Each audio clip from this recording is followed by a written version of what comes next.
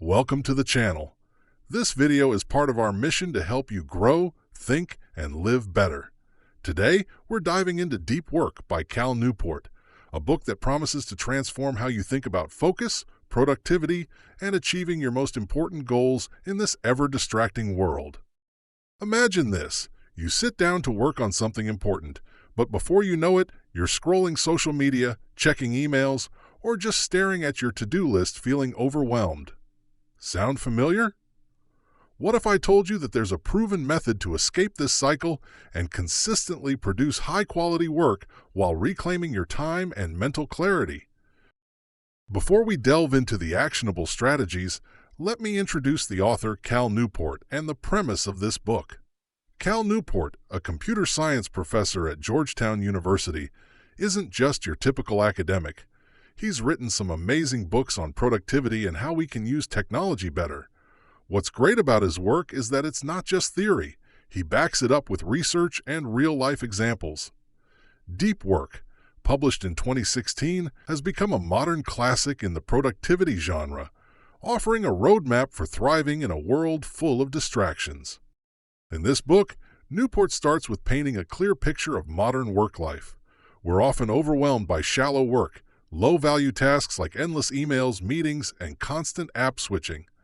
These tasks create the illusion of productivity, but rarely lead to meaningful progress. For example, imagine an artist spending hours marketing their work, but only a fraction of their time creating. While marketing is important, the art itself is what truly matters.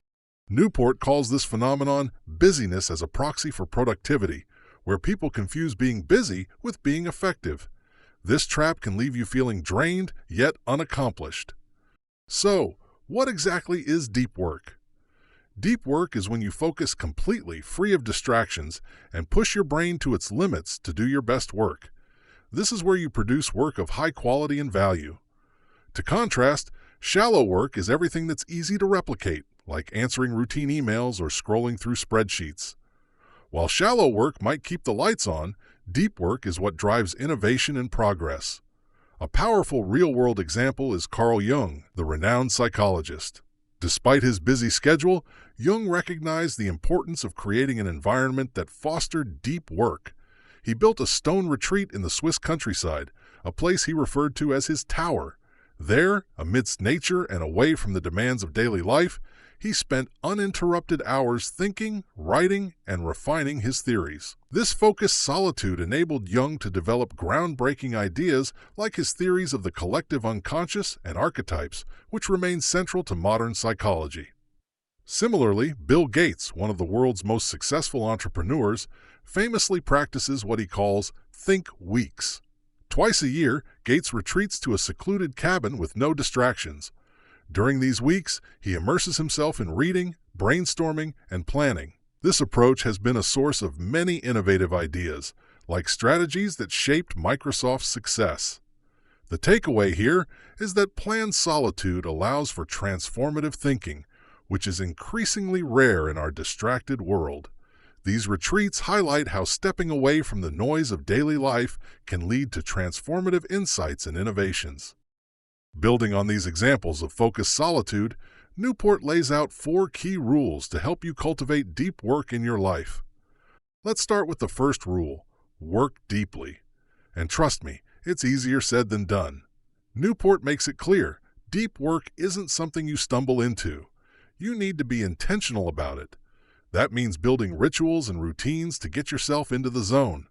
For example, imagine J.K. Rowling, the author of the Harry Potter series. When she was writing the final book, she checked into a hotel, yes, an actual hotel, to shut out distractions and focus solely on her work. Can you imagine the kind of concentration it takes to craft a story that's captivated millions worldwide? That's the power of deep work. So how do you apply this in your life? First, set aside specific blocks of time for focused work. Turn off those pesky notifications. Put your phone in another room and let your family or colleagues know you're in a no-distraction zone. Newport even suggests creating a workspace that signals to your brain, hey, it's time to focus. The next rule is a surprising one: embrace boredom. Yep, Newport says we've trained our brains to crave constant stimulation, whether it's through scrolling social media or binge-watching shows. And when it comes time to focus, we struggle because our brains are addicted to these dopamine hits. Think about it. How often do you instinctively pull out your phone during any idle moment, like waiting in line or sitting on the couch?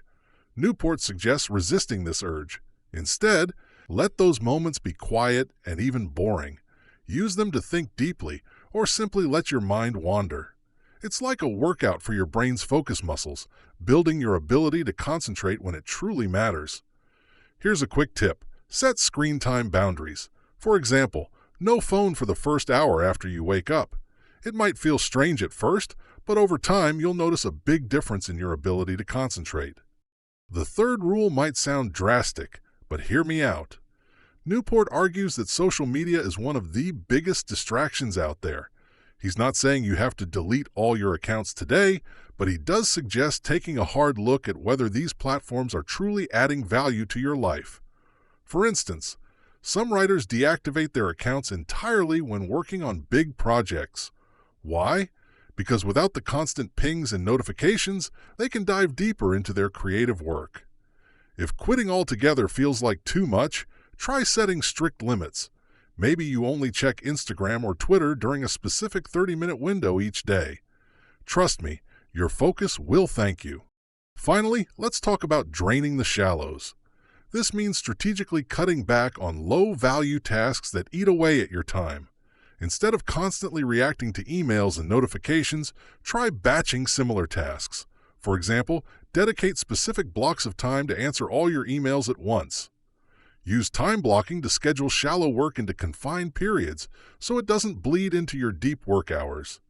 And most importantly, learn to say no. Politely decline unnecessary meetings or requests that don't align with your priorities. Remember, every minute spent on shallow tasks steals time from what truly matters. Why go through all this effort? Because the rewards are immense. Newport highlights 3 major benefits. 1. Increased productivity. Deep work allows you to accomplish more in less time by eliminating distractions and working with intense focus. A programmer, for example, can write cleaner, more efficient code in 2 hours of deep work than in an entire day of interrupted focus. 2. Higher quality work. When you're fully immersed in a task, you're able to produce creative, innovative results that are impossible with divided attention.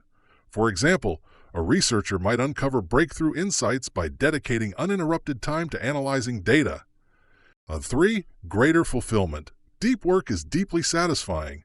There's something profoundly rewarding about fully engaging with a challenging task and seeing it through to completion.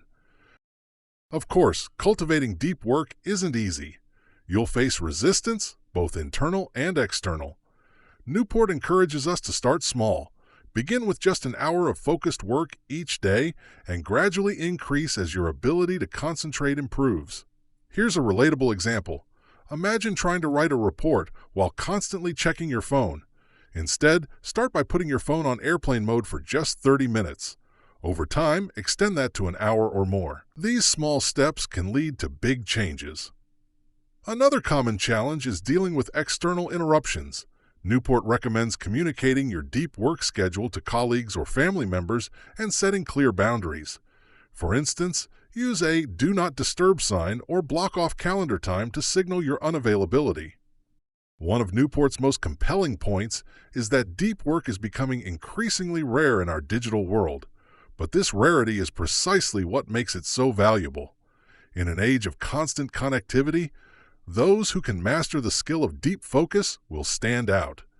Consider a software developer who spends uninterrupted hours perfecting a complex algorithm versus one who constantly checks Slack and emails. The former will likely produce superior results and gain a reputation for excellence. This principle applies across professions, from artists to entrepreneurs. Finally, deep work isn't just a productivity hack, it's a philosophy for thriving in a distracted world. By committing to deep work, you're not only improving your output, but also reclaiming your time and mental space for what truly matters.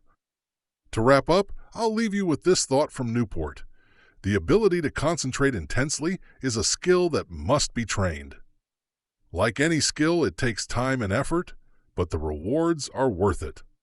So, mastering deep work isn't just about getting more done. It's about reclaiming your focus, your time, and ultimately, your potential. Start small, stay consistent, and you'll be amazed at what you can achieve. If this resonated with you, feel free to like and subscribe for more insights from impactful books. We provide complete and concise summaries of impactful books to save you time and help you effectively grasp their key insights.